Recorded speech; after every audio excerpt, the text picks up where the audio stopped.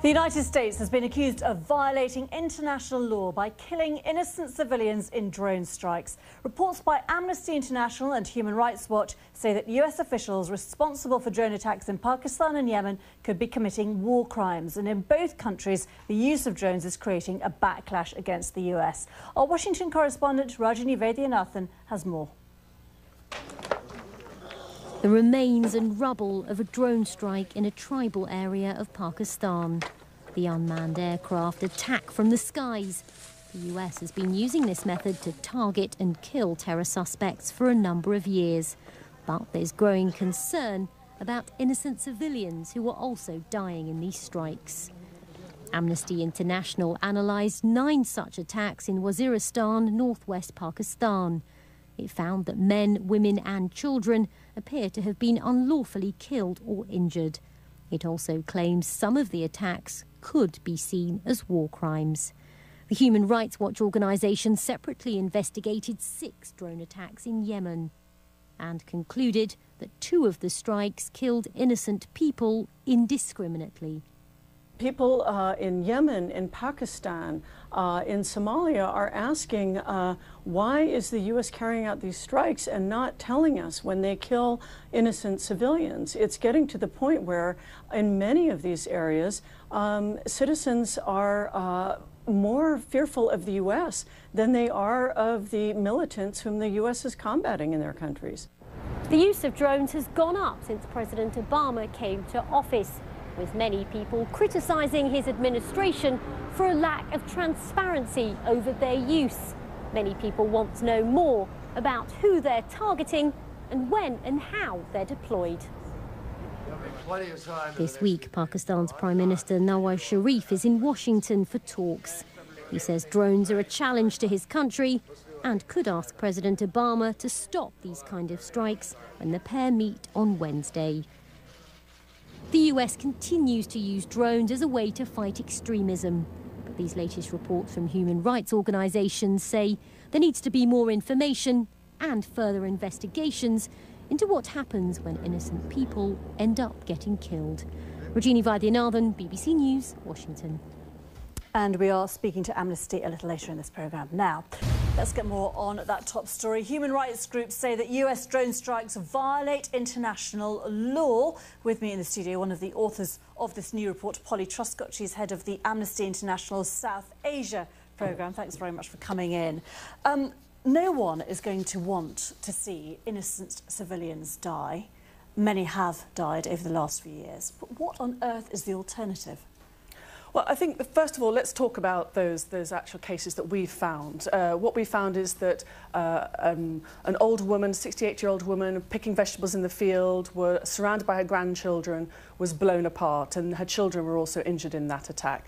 So, yes, of course we don't want to see that happen, but of course we also don't want to see armed violence happening also. The Pakistan government has done little to ensure that those who are committing crimes in Pakistan, in the northwestern areas, are being brought to justice. So what we'd rather see is Pakistan taking further action to bring such people to justice, as well as the USA assisting in that process. But isn't that an incredibly naive line, and that this report is typical of Western liberal coverage, which does nothing to address the real problem?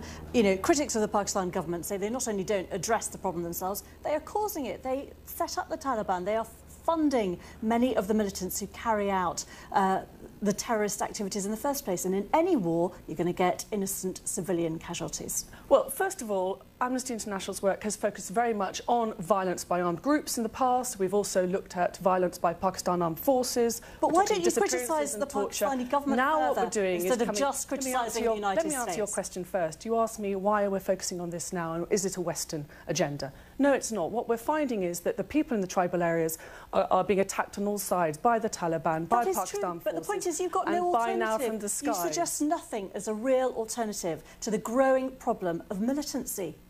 No, one alternative to that is for the USA to ensure that its actions themselves, if we just tackle each perpetrator that is causing abuse in the country, one of them is the USA. We're not saying that all strikes in the USA are unlawful, in Pakistan are unlawful, but we are saying that some of the strikes that the USA has conducted in Pakistan look like they have been unlawful. And under international humanitarian law, the laws of war, we recognise, and law recognises, that some combatants and those involved in fighting, it's lawful for those people to be attacked. And it's also lawful that civilian deaths and injuries may result from lawful attacks. All we're trying to show is that there have been killings and injuries of people who have not been involved in of course they fighting. have, but President and Obama it's up to himself us and others but to try President and Obama stop those himself killings happening. approves the list of who is going to be targeted. Of course, this is very, very difficult to do. It's not as specific as anyone wants. There are bound to be casualties. But I just ask you again, what on earth is the alternative? Are you suggesting that America sends boots on the ground into Yemen and Pakistan? We're not. All the other areas where there is a problem? I think this is going off in the wrong way. We're not saying that all strikes are unlawful. What we're saying is that some are. We believe that they are. We want the USA to explain. The USA has not even acknowledged that it has even killed this older woman who's picking vegetables in fields. That family's life has been blown apart. They deserve some justice. There's been nothing happening for them since then. Absolutely, and the anger is completely understandable of those whose lives are lost. And certainly isn't conducive to counter-terrorism measures. No, of course it's not, and it's caused huge and very understandable grief and anger in those countries. But by producing such a naive and one-sided report, you are not helping the global fight, are you here? That there is Our job is not to help the global fight. Our job is to ensure that all laws are respected. It's actually damaging, isn't it, to any government trying to sort out the mess politically that is growing in these regions. It's been there for years. You're not saying anything new. Well, we are saying something new. Very few organisations have been able to gather the kind of evidence that we have. We have cross-checked satellite data with testimony from the ground. Very difficult to get into those areas. I think these people who are in such a neglected part of the world deserve to have their voices heard. They're not having their voices heard. A lot of these tribal people are, as I said, being confronted by all sides, and it's organisations like us are letting sure that their voices are being heard. If it was your grandmother or my grandmother, I would be particularly upset that no one has acknowledged that she was being killed. Absolutely. Thanks very much indeed. Polly Truscott here from Amnesty. Thank you.